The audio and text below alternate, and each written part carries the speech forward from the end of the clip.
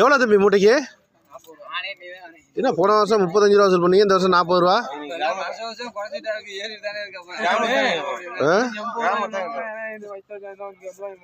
கஷ்டப்பட்டு நெல் கொண்டாது அங்கே போட்டால் ஒரு மூட்டைக்கு 40 ரூபானா 500 மூட்டை போட்டால் என்னாச்சு? 20,000 ரூபா.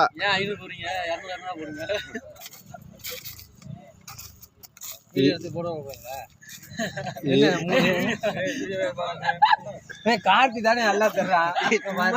நானும் கிராமத்து காத்த வாங்குறேன். நீங்க கிராமத்து காத்த குறைச்சுக்கோங்க. 8 ரூபா குறைச்சிக்கோங்கண்ணே.